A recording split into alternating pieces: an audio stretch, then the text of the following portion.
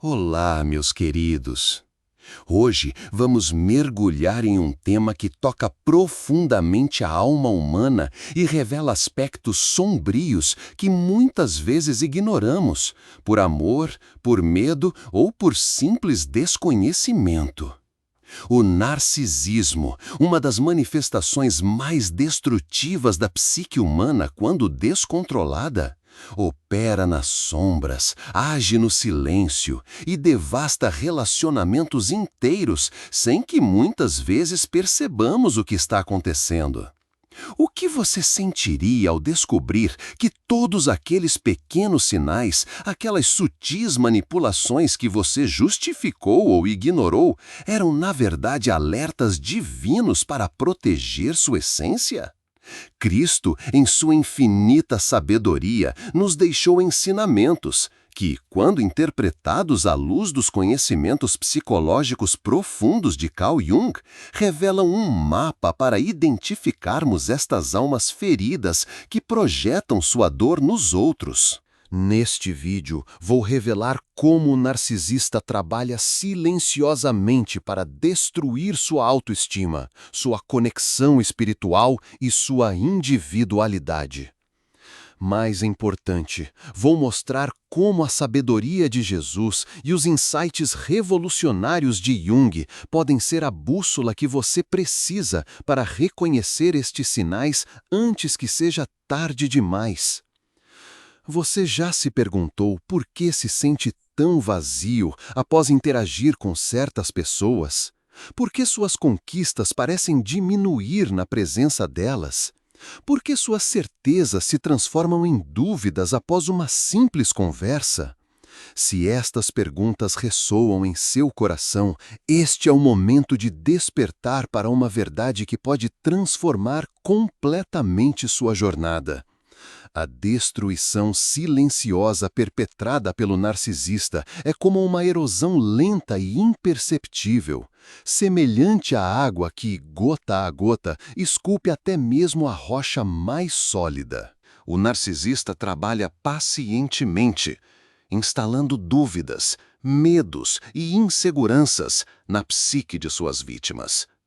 Carl Jung, em sua profunda compreensão da psique humana, identificou o que chamou de persona, a máscara social que todos usamos. No entanto, o narcisista elevou esta máscara a um nível de perfeição assustador, criando uma fachada tão convincente que muitos não conseguem ver além dela. Esta persona encantadora e magnética esconde o que Jung denominaria como uma sombra, particularmente densa e não integrada, aspectos rejeitados e negados do self que, ao invés de serem reconhecidos e trabalhados, são projetados violentamente nos outros. A beleza dos ensinamentos de Jesus reside precisamente em sua capacidade de iluminar estas dinâmicas obscuras. Quando Cristo nos adverte sobre lobos em pele de cordeiro, está oferecendo uma metáfora perfeita para o comportamento narcisista. Estas pessoas se apresentam como salvadores, como fonte de amor e segurança. Mas por trás desta fachada existe uma intenção vampírica de absorver a energia vital de suas vítimas. Jung complementaria esta visão cristã explicando como o narcisista, incapaz de encontrar completude em si mesmo, busca desesperadamente preencher seu vazio interior, sugando a vitalidade daqueles ao seu redor. O processo é tão gradual, tão meticulosamente orquestrado, que muitas vezes só percebemos o dano quando já estamos profundamente feridos, desconectados de nossa essência e questionando nossa própria percepção da realidade. A interação com um narcisista cria o que Jung chamaria de uma inflação da sombra. Um estado em que a pessoa começa a duvidar de sua própria luz interior e a internalizar as projeções negativas lançadas sobre ela. Esta é precisamente a razão pela qual Jesus enfatizou tanto a importância do autoconhecimento e da verdade interior, quando disse: "Conhecereis a verdade, e a verdade vos libertará." Na presença do narcisista, Sua verdade pessoal é constantemente questionada, distorcida e invalidada. Pequenos comentários aparentemente inocentes como "você está exagerando, isso nunca aconteceu assim" ou "você está sendo muito sensível" são ferramentas estrategicamente utilizadas para desestabilizar sua confiança em sua própria percepção, um fenômeno que modernamente chamamos de gaslighting, mas que Jung reconheceria como uma forma perigosa de manipulação do inconsciente coletivo e pessoal. O narcisista possui uma habilidade quase sobrenatural para identificar suas feridas mais profundas, seus medos mais íntimos e, então, utilizar este conhecimento para criar dependência emocional. Jung observaria que esta dinâmica atinge diretamente o que ele chamou de complexos, constelações de emoções, memórias e padrões de pensamento organizados ao redor de um tema central. O narcisista instintivamente localiza seus complexos não resolvidos, sejam eles relacionados a abandono, rejeição, inadequação ou culpa, e os ativa estrategicamente para manter controle sobre você. É como se ele possuísse um mapa detalhado de sua paisagem psíquica e soubesse exatamente quais botões pressionar para provocar as reações desejadas. É fascinante observar como os ensinamentos de Jesus sobre o discernimento encontram perfeita ressonância nas teorias junguianas sobre projeção e integração da sombra. Quando Cristo nos aconselha a não julgar pela aparência, mas julgar com justo juízo, está essencialmente nos convidando a desenvolver o que Jung chamaria de função intuitiva, a capacidade de perceber além do óbvio, de sentir as energias e intenções subjacentes. O narcisista apresenta uma fachada impecável ao mundo. Geralmente é charmoso, articulado, aparentemente empático e atencioso, especialmente no início de qualquer relacionamento, durante a fase que os psicólogos modernos chamam de love bombing ou bombardeio de amor. Este período inicial é caracterizado por atenção excessiva, presentes, elogios constantes e declarações de conexão única e especial. Jung observaria que este comportamento atinge diretamente o arquétipo da ânima nas mulheres ou do ânimos nos homens, representações do parceiro ideal no inconsciente coletivo. O narcisista intuitivamente oferece uma projeção perfeita destes arquétipos, criando a ilusão de um par perfeito, de uma alma gêmea. Jesus, em sua sabedoria, alertou sobre este tipo de sedução quando mencionou que nem todo aquele que me diz Senhor, Senhor entrará no reino dos céus, mas aquele que faz a vontade de meu Pai. Da mesma forma, não são as palavras doces e as promessas grandiosas que revelam o caráter verdadeiro de uma pessoa, mas suas ações consistentes ao longo do tempo. Conforme o relacionamento com o narcisista progride, ocorre o que Jung chamaria de uma constelação arquetípica negativa. Os arquétipos positivos, inicialmente ativados, o salvador, o amante perfeito, o protetor, gradualmente dão lugar a configurações mais sombrias. A pessoa começa a experienciar o arquétipo da criança ferida em si mesma, sentindo-se pequena, inadequada e dependente da aprovação do narcisista. Simultaneamente, pode projetar no narcisista o arquétipo do pai/mãe crítico, internalizando suas avaliações negativas como verdades absolutas. Jesus, em sua profunda compreensão da natureza humana, ofereceu um antídoto para esta dinâmica quando ensinou sobre o valor infinito de cada alma aos olhos de Deus. Até os cabelos de vossa cabeça estão contados. Esta afirmação revolucionária estabelece uma base inabalável para a autoestima, independente da validação externa. Jung complementaria esta visão destacando a importância do processo de individuação, a jornada de integração dos diversos aspectos do self para alcançar a totalidade psíquica. O narcisista representa um obstáculo poderoso nesta jornada, pois seu próprio vazio interior o impele a impedir o crescimento e a individuação daqueles ao seu redor. A pessoa sob influência narcisista frequentemente sente que está perdendo partes essenciais de si mesma, que sua identidade está se fragmentando, porque efetivamente está. O narcisista, incapaz de construir um self coeso, tenta absorver e controlar a energia psíquica dos outros. Os sinais da destruição narcisista que Jesus nos ajuda a identificar manifestam-se primeiro no corpo, depois nas emoções e finalmente no espírito. Jung reconheceria isto como uma perturbação progressiva nos diferentes níveis da psique. Fisicamente, a pessoa começa a experimentar sintomas como insônia crônica, distúrbios alimentares, exaustão inexplicável, tensão muscular constante e até doenças psicossomáticas. Estas manifestações somáticas são o que Jung chamaria de somatização, o corpo expressando o que a mente consciente ainda não pode reconhecer. Jesus, em sua sabedoria, frequentemente curava primeiro o corpo como caminho para a cura da alma, reconhecendo esta profunda interconexão.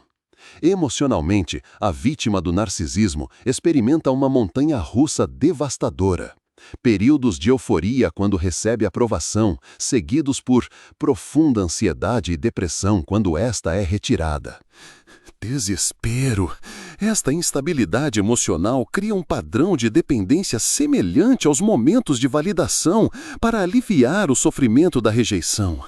Jung descreveria este fenômeno como uma inflação e deflação do ego, ciclos extremos que impedem o desenvolvimento de um self estável e integrado. Jesus abordou esta dinâmica quando falou sobre construir a casa sobre a rocha e não sobre a areia, uma metáfora perfeita para a necessidade de uma base interior sólida que não oscile conforme os ventos externos. Espiritualmente, o dano talvez seja o mais profundo e duradouro. O narcisista gradualmente isola sua vítima de suas fontes de nutrição espiritual, sejam amigos, família, comunidade religiosa ou práticas pessoais de conexão com o divino. Jung descreveria isto como um ataque ao self transpessoal, a dimensão da psique que transcende o ego individual e nos conecta ao universo maior. Este isolamento não é acidental, mas estratégico. O narcisista intuitivamente reconhece que uma pessoa espiritualmente conectada eventualmente despertará para a toxicidade da relação. Por isso, trabalha metodicamente para cortar estes vínculos transcendentes. Comentários sutilmente depreciativos sobre sua fé, questionamentos constantes de suas experiências espirituais, criação de conflitos que impedem sua participação em atividades religiosas ou ridicularização de suas práticas devocionais são táticas comuns. Jesus alertou precisamente sobre este perigo quando disse: "Cuidado com os falsos profetas, que vêm até vós vestidos como ovelhas, mas por dentro são lobos devoradores." Esta metáfora poderosa captura perfeitamente a dualidade do narcisista, a persona encantadora que esconde intenções predatórias. Jung complementaria esta visão explicando como o narcisista, desconectado de seu próprio centro espiritual, teme instintivamente a conexão espiritual dos outros, pois esta representa uma fonte de força e discernimento que escaparia ao seu controle.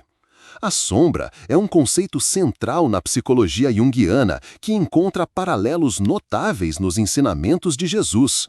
Jung define a sombra como os aspectos de nós mesmos que rejeitamos, reprimimos e nos recusamos a reconhecer. O narcisista possui uma sombra particularmente densa e não integrada, mas, ao invés de fazer o trabalho interno de reconhecimento e integração, projeta violentamente estes aspectos negados nos outros. Quando Jesus disse: "Por que vês o cisco no olho do teu irmão, mas não percebes a trave que está no teu próprio olho?", estava descrevendo precisamente o mecanismo de projeção que Jung mais tarde teorizaria em detalhes. O narcisista é mestre em identificar as menores falhas nos outros, enquanto permanece completamente cego para suas próprias deficiências maiores. Esta dinâmica cria um ambiente psicológico profundamente confuso e desorientador, onde a vítima é constantemente acusada e responsabilizada por questões que, na verdade, pertencem ao narcisista. Um dos sinais mais reveladores desta projeção é a consistente incompatibilidade entre as acusações feitas pelo narcisista e o comportamento real da pessoa. Frequentemente, o narcisista acusará o parceiro precisamente dos comportamentos que ele mesmo exibe, seja infidelidade, egoísmo, manipulação ou desonestidade. Jung explicaria que o narcisista está literalmente vendo sua própria sombra projetada no outro. Enquanto Jesus nos lembraria que, pelos seus frutos os conhecereis, um convite para observar as ações concretas em vez de aceitar acusações infundadas. O que torna a influência narcisista tão devastadora é sua capacidade de operar no nível do inconsciente coletivo, outro conceito fundamental de Jung que encontra paralelos nos ensinamentos crísticos. Jung propôs que, além do inconsciente pessoal, compartilhamos um substrato psíquico comum a toda a humanidade, povoado por arquétipos universais. O narcisista manipula estes arquétipos com precisão cirúrgica. Ativa o arquétipo do Salvador quando se apresenta como a resposta para todos os problemas. Constela o arquétipo do juiz quando critica e condena. Evoca o arquétipo do abandônico quando utiliza técnicas como o silent treatment, tratamento de silêncio, para punir. E personifica o arquétipo do trapaceiro quando distorce a realidade.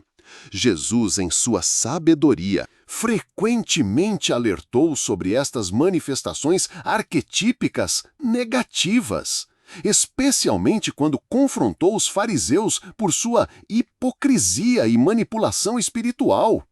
Quando Cristo disse: "Ai de vós, escribas e fariseus hipócritas, porque sois semelhantes aos sepulcros caiados, que por fora realmente parecem formosos, mas por dentro estão cheios de ossos e de toda imundícia", estava descrevendo precisamente a dinâmica narcisista, uma fachada imaculada escondendo um interior corrupto. Jung complementaria esta visão explicando como o narcisista criou uma persona, máscara social, tão elaborada que perdeu completamente o contato com sua essência autêntica, tornando-se efetivamente um sepulcro caiado, belo por fora, mas vazio e morto por dentro. A invalidação constante é uma das ferramentas mais insidiosas do arsenal narcisista, criando o que Jung chamaria de uma ferida na função sentimento. A capacidade de avaliar subjetivamente o valor das experiências e estabelecer um sistema de valores pessoal. Quando suas percepções, sentimentos e intuições são continuamente questionados, desmentidos ou ridicularizados, você começa a desconfiar de sua própria bússola interna. Jesus abordou esta questão quando falou sobre a importância da integridade interior. Seja o teu falar sim, sim, não, não. Esta instrução, aparentemente simples, contém uma profunda sabedoria psicológica. A necessidade de manter clareza e consistência em nossa comunicação interna e externa. O narcisista trabalha sistematicamente para confundir esta clareza, criando um estado que os psicólogos modernos chamam de dissonância cognitiva e que Jung reconheceria como uma fragmentação da consciência. Você observa um comportamento problemático, mas o narcisista nega que ocorreu. Você expressa um sentimento legítimo, mas é acusado de ser excessivamente sensível ou irracional. Você menciona uma promessa feita, mas ouve que isso nunca foi dito, ou que você entendeu errado. Esta invalidação sistemática cria uma profunda ruptura entre sua experiência vivida e a realidade que lhe é permitido expressar ou até mesmo reconhecer. Com o tempo, você começa a questionar não apenas suas percepções específicas, mas sua própria sanidade. Jung observaria que este processo atinge diretamente o que ele chamou de eixo ego-self, a conexão vital entre a consciência cotidiana e o centro organizador mais profundo da psique. Quando este eixo é danificado, a pessoa perde seu centro de gravidade psicológico, tornando-se extremamente vulnerável à manipulação externa. Uma triangulação é outra tática destrutiva empregada pelo narcisista, que encontra explicação tanto na psicologia junguiana quanto nos ensinamentos de Jesus. Este processo envolve introduzir uma terceira pessoa na dinâmica relacional para provocar ciúmes, insegurança e competição. Jung descreveria isto como uma manipulação dos complexos de inferioridade e do arquétipo da sombra, ativando medos primitivos de abandono e substituição. O narcisista frequentemente idealiza outras pessoas na sua presença, um ex-parceiro, um colega de trabalho, um amigo ou familiar, descrevendo-os como superiores a você em diversos aspectos. Esta comparação constante mantém você em um estado perpétuo de insegurança e esforço para provar seu valor. Jesus advertiu sobre esta dinâmica divisiva quando disse: "Todo reino dividido contra si mesmo será devastado, e toda cidade ou casa dividida contra si mesma não subsistirá." Esta profunda verdade psicológica e espiritual revela como a triangulação enfraquece a integridade do relacionamento, criando divisões internas que eventualmente o destroem. O narcisista intuitivamente compreende que manter você em competição com outros reduz sua capacidade de ver claramente a manipulação em curso.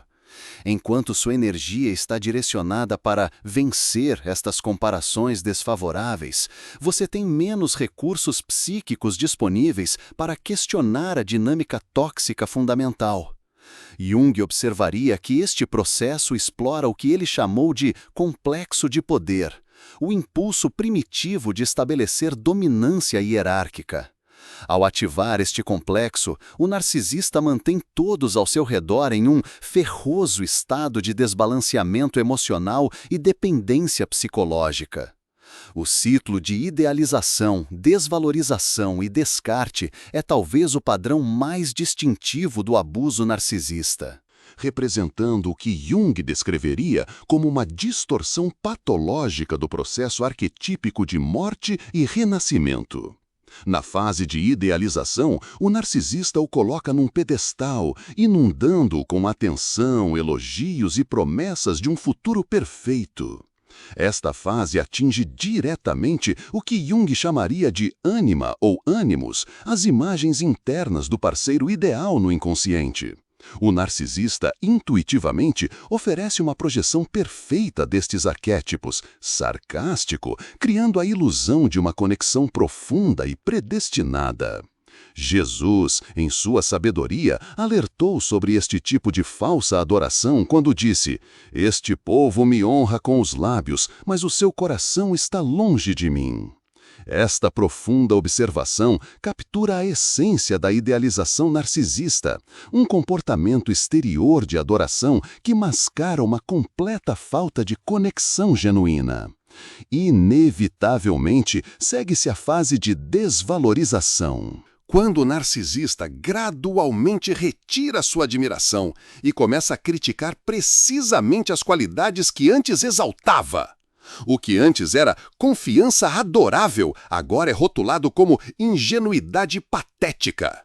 Sua ambição inspiradora se transforma em egoísmo obcecado. Sua sensibilidade encantadora vira fragilidade emocional. Jung explicaria que o narcisista está projetando sua própria desilusão interna, a realização inconsciente de que nenhuma pessoa externa pode preencher seu vazio interior.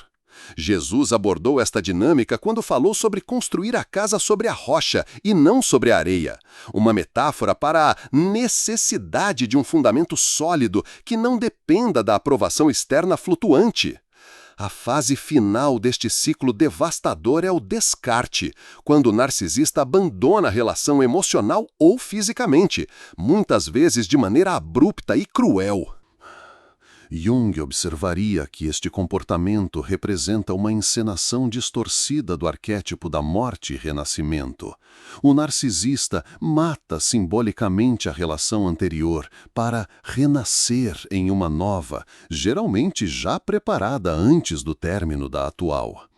Este padrão de monkey branching, saltar de um galho antes de soltar o anterior, reflete a incapacidade fundamental do narcisista de tolerar o vazio ou processar o luto genuíno.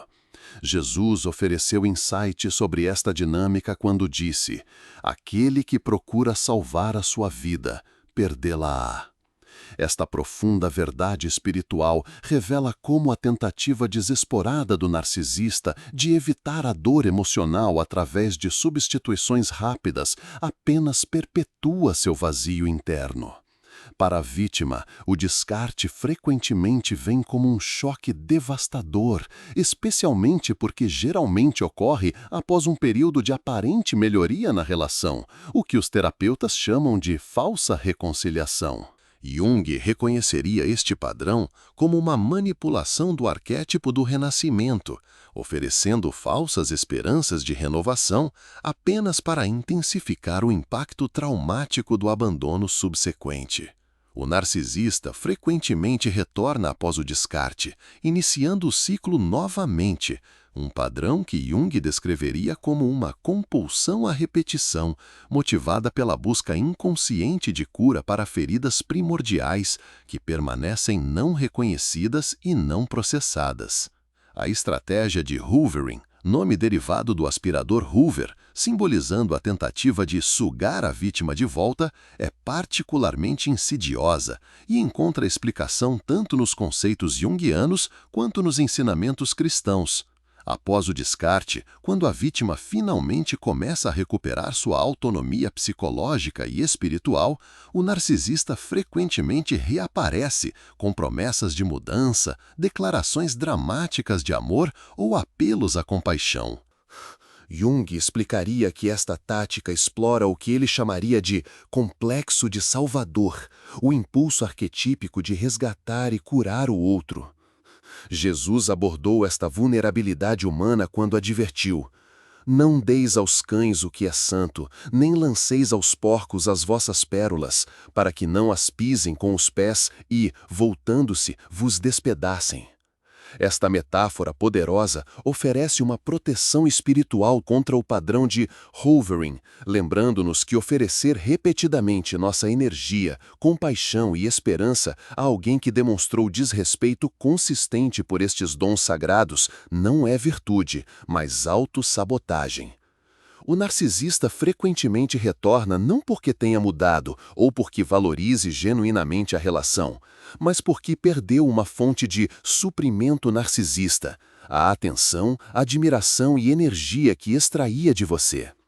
Jung observaria que esta dinâmica representa uma forma patológica de vampirismo energético, enquanto Jesus nos lembraria que, pelos seus frutos os conhecereis. Um convite para observar padrões consistentes de comportamento em vez de acreditar em promessas dramáticas de transformação. A manifestação mais devastadora do abuso narcisista é talvez o que os psicólogos modernos chamam de abuso espiritual, um conceito que encontra profunda ressonância tanto na psicologia junguiana quanto nos ensinamentos de Jesus.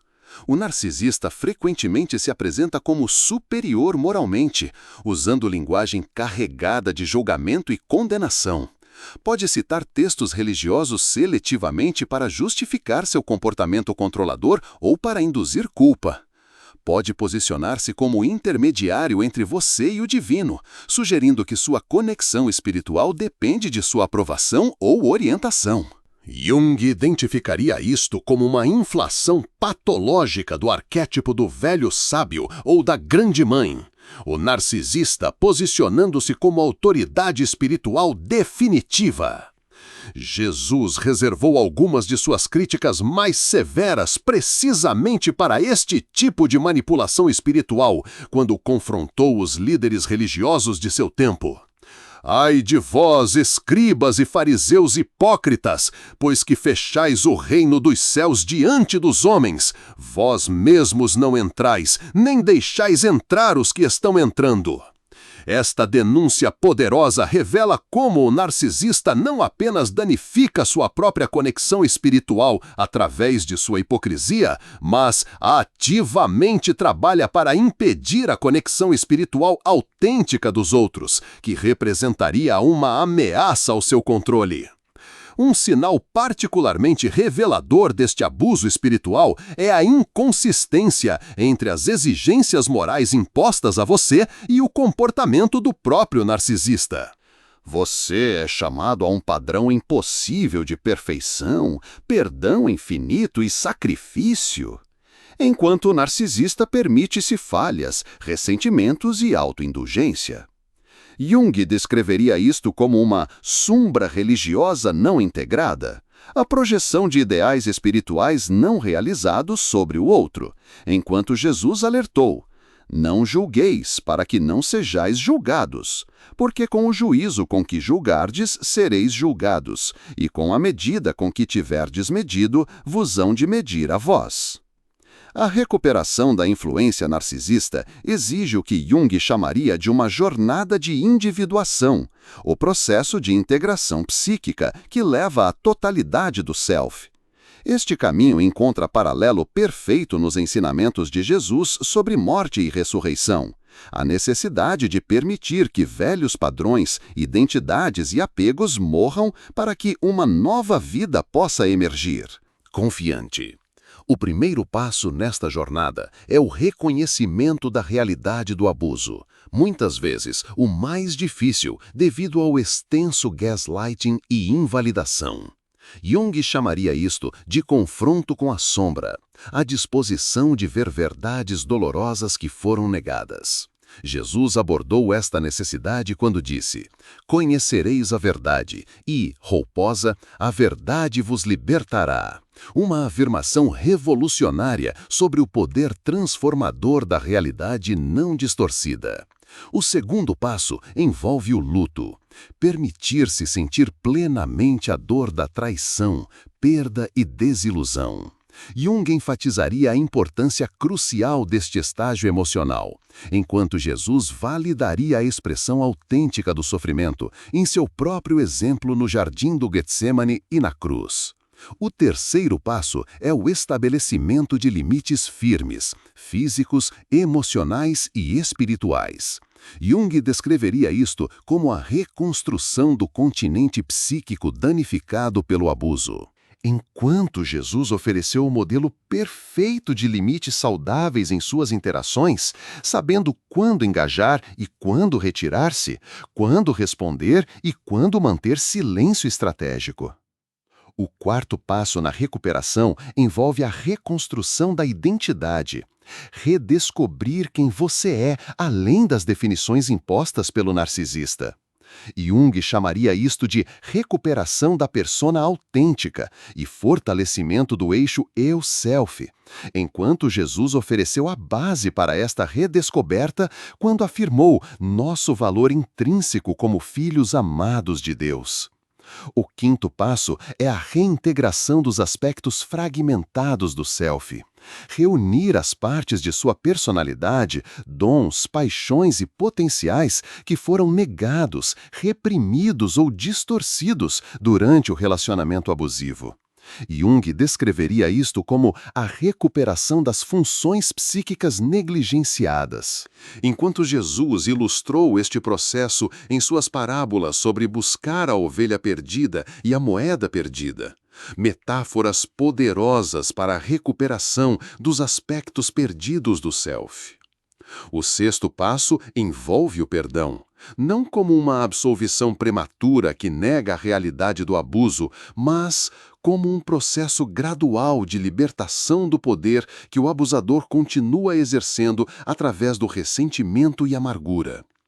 Jung enfatizaria que o perdão genuíno só é possível após o reconhecimento completo da ofensa e o processamento da raiva legítima, enquanto Jesus demonstrou que o perdão autêntico é compatível com o discernimento claro e limites firmes. O sétimo e último passo é a transcendência. Encontrar significado e propósito além do trauma, permitindo que a experiência dolorosa seja integrada em uma narrativa maior de crescimento e transformação. Jung chamaria isto de realização do self. Enquanto Jesus ofereceu o modelo supremo de transformar sofrimento em ressurreição, dor em propósito redentor.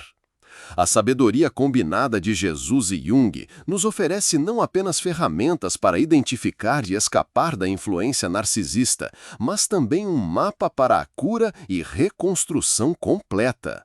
Jung enfatizaria que encontrar semelhantes feridos que compreendem verdadeiramente a experiência do abuso narcisista é crucial para a recuperação, enquanto Jesus modelou a importância da comunidade autêntica em seu próprio ministério. Conectar-se com outros que validam sua experiência sem julgamento cria o que Jung chamaria de um têmenos, um sagrado e protegido para a cura. É neste container seguro que você pode gradualmente recalibrar seu sistema interno de alarme, reaprendendo a confiar em sua própria percepção e intuição. Um aspecto frequentemente negligenciado da recuperação é o processo que Jung chamaria de recuperação da projeção. Reconhecer que o narcisista não possuía realmente o poder divino ou diabólico que parecia ter durante o relacionamento. O narcisista parecia ler seus pensamentos, prever suas reações e controlar seu mundo porque você inconscientemente lhe concedeu este poder. Retirar esta projeção é um ato profundamente libertador, que Jesus descreveu quando disse "Deus é o único Senhor", uma afirmação revolucionária de que nenhum ser humano merece o tipo de poder absoluto que o narcisista exige. Gradualmente, você começa a reconhecer que o narcisista não era um ser sobrenatural, mas uma pessoa profundamente ferida e limitada, cujas táticas seguem padrões previsíveis uma vez que você os compreende. Uma das revelações mais poderosas na recuperação é a compreensão de que você foi alvo do narcisista precisamente por causa de suas qualidades mais belas. Sua capacidade de amar profundamente, sua compaixão, sua disposição para ver o melhor nos outros, sua resiliência e sua luz interior. Jung observaria que o narcisista, incapaz de gerar estas qualidades em si mesmo, busca associar-se àqueles que as possuem naturalmente, primeiro para absorvê-las por proximidade e depois para extingui-las por inveja. Jesus capturou esta dinâmica na parábola do semeador, onde as sementes que caem em solo fértil são precisamente as que enfrentam os ataques mais intensos.